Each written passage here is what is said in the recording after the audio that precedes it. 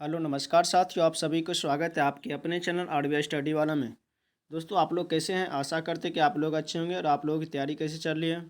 आशा करते कि अच्छे से तैयारी चल रही होगी। दोस्तों दोस्तों आज की क्लास में हम लोग एसएससी सीजीएल सीएचएसएल एमटीएस के प्रश्न को करेंगे जो 2025 में पूछे जाने की संभावना है। दोस्तों ये बहुत ही इम्पोर्टेंट प्रश्न होंगे जो आप लोग थंबनेल पर देख रहे हैं। जो उगादी त्यौहार निम्न में से किस राज्य में मनाया जाता है? ठीक है दोस्तों, इसी तरह के प्रश्न को पढ़ने के लिए चैनल पर बने रहे। और चैनल पर नए हैं तो चैनल को सब्सक्राइब कर लीजिएगा और बेल आइकन को ऑन कर लीजिएगा ताकि आपका अगला आने वाला वीडियो सबसे पहले पहुँचे।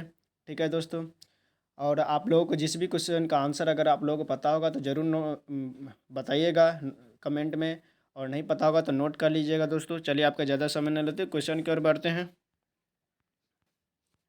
आपका पहला क्वेश्चन है, अजमेर के अजमेर डैश के शासन में सूबा मुख्यालय बन गया। अजमेर जो है किसके शासन में सूबा मुख्यालय बन गया? ठीक है, हम ऑप्शन पढ़ते। ए में है पल्लवों, बी में है मुगलों, सी में है चोलों और डी में है दिल्ली सल्तनत। क्या होगा दोस्तों इस क्वेश्चन का आंसर? और आप लोग क्वेश्चन का आंसर पता होगा तो बताइएगा, नहीं पता होगा तो नोट कर लीजिएगा दोस्तों। तो दोस्तों इस क्वेश्चन का आंसर हो जाएगा मुगलों के समय में जो है, मुगलों के शासनकाल के समय में सूबा मुख्यालय बन गया था अजमेर। ठीक है, चलिए अगले क्वेश्चन की ओर बढ़ते हैं। दूसरा क्वेश्चन, भारत की पहली एआई संचालित end end to end digital Lok Adalat dash में शुरू की गई थी। कहाँ पर शुरू की गई थी दोस्तों? हम ऑप्शन पढ़ते। ए में है मध्य प्रदेश, बी में है गुजरात, सी में है राजस्थान और डी में है उत्तर प्रदेश। कहाँ का दोस्तों? 2 नंबर क्वेश्चन का आंसर बताइएगा। 2 नंबर क्वेश्चन का आंसर बताएगा दोस्तों। तो दोस्तों इस क्वेश्चन का आंसर हो जाएगा ऑप्शन सी सही हो जाएगा, राजस्थान में। कहाँ पर चलाया गया था? तो राजस्थान में। ठीक है, चलिए अगले क्वेश्चन की ओर बढ़ते हैं। तीसरा नंबर क्वेश्चन है, आर्म्स एक्ट जिसमें भारतीयों को हथियार रखने की अनुमति नहीं दी थी डैश में पारित किया गया था। कब पारित किया गया था दोस्तों? आर्म्स एक्ट जो है जिसमें भारतीयों को हथियार रखने की अनुमति नहीं दी थी, वो कब पारित किया गया था? हम ऑप्शन पढ़ते हैं। ए में है 1855, बी में है 1925, सी में है 1920 और डी में है 1878। कब होगा दोस्तों? 3 नंबर क्वेश्चन का आंसर बताएंगे। तो दोस्तों इस क्वेश्चन का आंसर हो जाएगा 1878। कब? 1878 में पारित हुआ था। ऑप्शन डी सही हो जाएगा। ठीक है, 1878। चलिए अगले क्वेश्चन की ओर बढ़ते हैं। चौथा नंबर क्वेश्चन है, अगस्त 2022 में भारत के 49वें मुख्य न्यायाधीश के रूप में किसने शपथ ली थी? 2022 में जो 49वें जो है मुख्य न्यायाधीश के रूप में जो है किसने शपथ लिया? हम ऑप्शन पढ़ते। ए में है उदय उमेश ललित, बी में है अजय कुमार सूद, सी में है संजीव कपूर, डी में है राजीव रंजन। क्या होगा दोस्तों? 4 नंबर क्वेश्चन का आंसर बताएंगे। तो दोस्तों इस क्वेश्चन का आंसर हो जाएगा उदय उमेश ललित, उदय उमेश ललित। ठीक है, 4 नंबर क्वेश्चन का आंसर क्या हो जाएगा? ऑप्शन ए सही हो जाएगा, उदय उमेश ललित। ठीक है, चलिए अगले क्वेश्चन की ओर बढ़ते हैं। ऑप्शन ए सही हो जाएगा। पाँचवा, भारत में राष्ट्रीय समुद्री विज्ञान संस्थान का मुख्यालय कहाँ स्थित है? हम ऑप्शन पढ़ते। ए में हैदराबाद, बी में है गोवा, सी में नई दिल्ली और डी में है कन्याकुमारी। कहाँ का दोस्तों? 5 नंबर क्वेश्चन का आंसर बताएंगे। 5 नंबर क्वेश्चन का आंसर बताएंगे दोस्तों। भारत में राष्ट्रीय समुद्री विज्ञान संस्थान का मुख्यालय कहाँ है? तो दोस्तों इस क्वेश्चन का आंसर हो जाएगा ऑप्शन बी सही हो जाएगा, गोवा। ठीक है, कहाँ पर है? गोवा में। ठीक है, चलिए अगले क्वेश्चन की ओर बढ़ते हैं। 6 नंबर क्वेश्चन है, ये आप लोग थंबनेल में देखे होंगे, उगादी त्यौहार निम्नलिखित में से किस राज्य में मनाया जाता है? किस राज्य में मनाया जाता है उगादी त्यौहार? हम ऑप्शन पढ़ते। ए में केरल, बी में आंध्र प्रदेश, सी में हिमाचल प्रदेश और डी में मध्य प्रदेश। कहाँ होगा दोस्तों 6 नंबर क्वेश्चन का आंसर? कहाँ पर मनाया जाता है उगादी त्यौहार?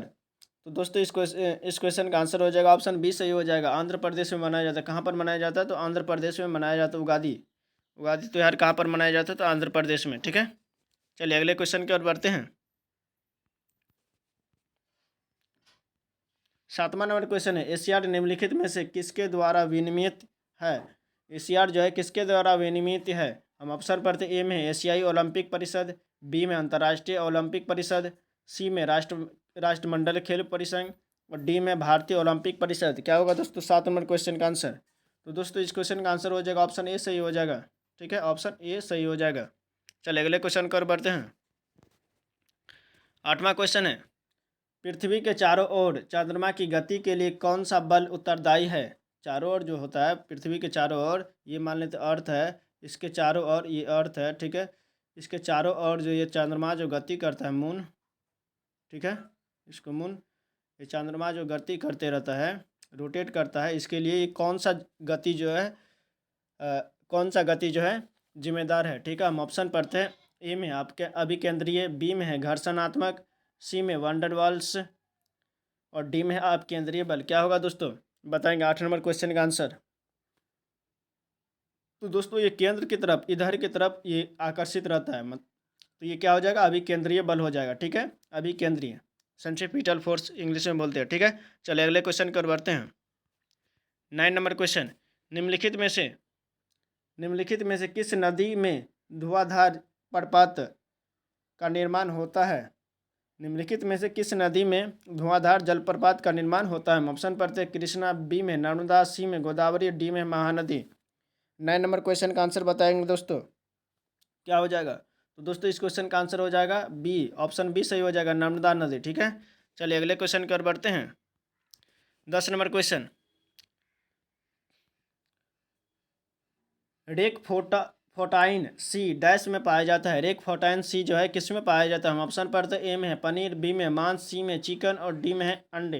किस में पाया जाता है दोस्तों? 10 नंबर क्वेश्चन का आंसर बताएंगे। तो दोस्तों इस क्वेश्चन का आंसर हो जाएगा ऑप्शन ए सही हो जाएगा, पनीर में पाया जाता है। किस में पाया जाता है? पनीर में पाया जाता है। ठीक है, चलिए अगले क्वेश्चन की ओर बढ़ते हैं। निम्नलिखित में से, अगले क्वेश्चन, निम्नलिखित में से कौन से जंतु अकशेरुकी नहीं होते हैं? कौन सा जो जंतु है जो अकशेरुकी नहीं होते हैं? हम ऑप्शन पर ए में है पेरीफेरा, बी में आर्थ्रोपोड और सी में अष्टपाद और डी में सरीसृप। क्या होगा दोस्तों? 11 नंबर क्वेश्चन का आंसर बताएंगे।